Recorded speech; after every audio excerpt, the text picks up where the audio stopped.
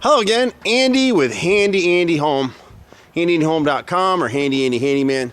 You can reach us at 770-912-2829.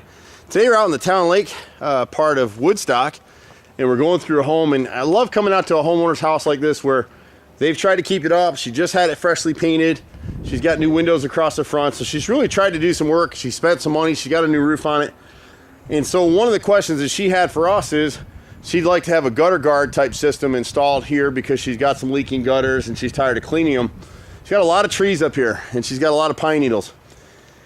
Most of the gutter covering products that are out here on the market today, none of them are perfect. And every system that you could install, including the Diamondback system that we use, you're gonna have to clean it once a year. You're gonna have to treat it, you're gonna have to service it once a year. If anybody comes out to try and sell you gutter systems and they tell you it's maintenance free, just take their card, throw it away, shake hands, and send them on their way. And people want to have this solution.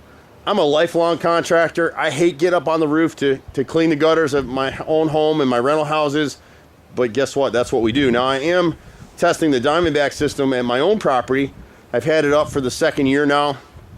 It's okay, but with pine needles, I still got to mainly clean it once a year. That seems to, and I'm okay with that. It's a fairly expensive system. But we'll measure up for that and she can go ahead and put that system on. Although I really would not recommend it here. She'll save money in the long run just having us come out and clean the gutter twice a year or using a service to do it. There's lots of ways to do this stuff. So a couple things going on with the house. The gutter right here, you can see a dip in it right here. These are the original builder grade gutters. It's really kind of oddball-y because this is a 5-inch on the front and on the back they put a 4-inch. I guess that's what they had on the truck. So we're going to encourage her. What it looks like is it looks like the painters hooked their ladder here and they bent the gutter down. So it's got a bow in it that I can't fix. So she'll have to replace just this section of gutter right here. And we'll put 6-inch hidden hanger screws tied into the existing downspouts. Now the downspouts are galvanized, but because she's kept them clean, they're not rusted out. She doesn't need to replace them right now. There's a couple things on the front of the house. It's hard to see it in this light, but this fascia board right here on the left side of this dormer, see that right there? Get up on it. See the rod in that? So this is freshly painted. Like she just painted this in the last couple of weeks. So that's something that painters, and most painters are sub crews, so they get a price from their boss. They just want to knock the job out as fast as they can. They know to button up stuff where the homeowner might see it. Homeowner's not going to see that up there. There's a few things on their paint job that to me are just a little suspect, but it depends on the cost of the job. On the right side of the right side garage door right here, that brick mold is rotted. We can go ahead and piece it out. What they did on this side is someone replaced this left stick with vinyl brick mold. We don't ever use vinyl products because this will never rot. It'll warp, it'll split, it'll fade, it'll crack. This corner over here, it'll probably have none of that will ever happen to it. This thing will be here 100 years after you and I are dead and gone. But the problem is like up here. So the painter's never sealed where the flashing, see how short the flashing is to this molding? This is a stucco house. Every time it rains, the water's getting back behind this brick mold up here where my finger is that you can't see. Try to get you up there. It's coming down this line. Well, it's not gonna rot this piece of brick mold because it's vinyl, but it's gonna rot all the framing, and with a stucco house, it's gonna draw termites. You're gonna have a big problem. So she can have us seal these up if she wants. The flashing's cut short everywhere. You can see it over here too. And see the gap behind it? You see the hole in the stucco right there? So every time it rains, where do you think that water's going? Bloop, inside. And this is, it feels like hard coat stucco, but it's kind of hard to tell. Someone troweled this on. I don't think the house is originally built this way. On the back side right here, I'll zoom in here. This is, the triangular piece is called a dog ear, and that piece directly above it right in here is the fascia board. This gutter has backflowed over time, and so it's rotted out this wood. Their solution was to putty it. You see all the splattering of putty on this thing? The light's not that great right here, but see all that? All that means is that wood's continue to rot underneath there. So she's better off to go ahead and replace it, back prime everything, seal it all up good, and then you won't have that problem anymore. They did a decent job caulking it. Normally we come out and we'll see corner boards like here have never been caulked, and whoever did this job actually did a pretty good job trying to caulk it up and seal it up. This back gutter right here takes all the water from this section up here and this whole roof line here. This gutter also needs to be replaced for a 6-inch gutter all the way across. Again, the paint job is pretty decent, and you know, it may be something the crew missed. There's a couple things on the house. if you look at this nose on the second story rear window, see that divot in it right there? Pretty sure that's rotted out, so she'll need to replace that nose across there. Usually when you see a divot in the wood like that, I can put my finger right into it. But we'll have the boys confirm it when they come out to work on the house. Right here, this angled corner board on the rear bay window looks pretty good. For my money, if you're gonna replace 2 boards and 1 board on a bay window like this, the bay window gets a ton of abuse. You'd be better off to just go ahead and replace the other board right there and the 2 underneath the window here, but they didn't do it. It's not really rotted yet, but if you look close at this board right here, see the notch in it? See that right there? This is LP siding, so this is wood chips and glue, and you can kind of see the swelling in it as you look across this piece, but they opted not to replace it. This angled corner board right here, if you come back here and put your finger on the bottom of it, it's falling apart. It's rotted out right there. So we just need to make a repair cut right there. And they missed a little caulk spot, which is rare for this crew. Caulked really well. See right here? That little, at the right rear bay in the center panel, the right side, just needs a little goop of caulk.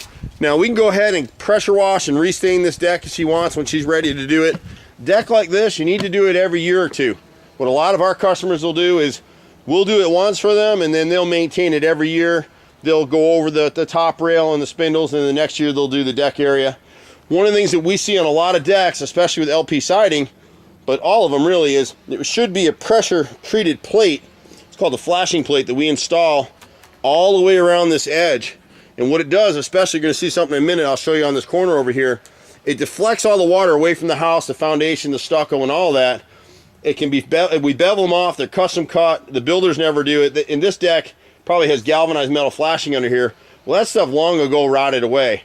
So any water that hits the side of the house when it rains or overflows the gutters, it gets in this gap right here and it gets into your house. So you really want to prevent that. This is the only way we know how to do it, and we'll include another video with this customer's bid so she can see how we do that. The doors here, they puttied them, they caulked them, no problems there. We get around to this right rear corner, left side corner at the rear, and you're going to see that black line right there? There's a huge swelling in the stucco back here. And it's in 3 different places that were never sealed.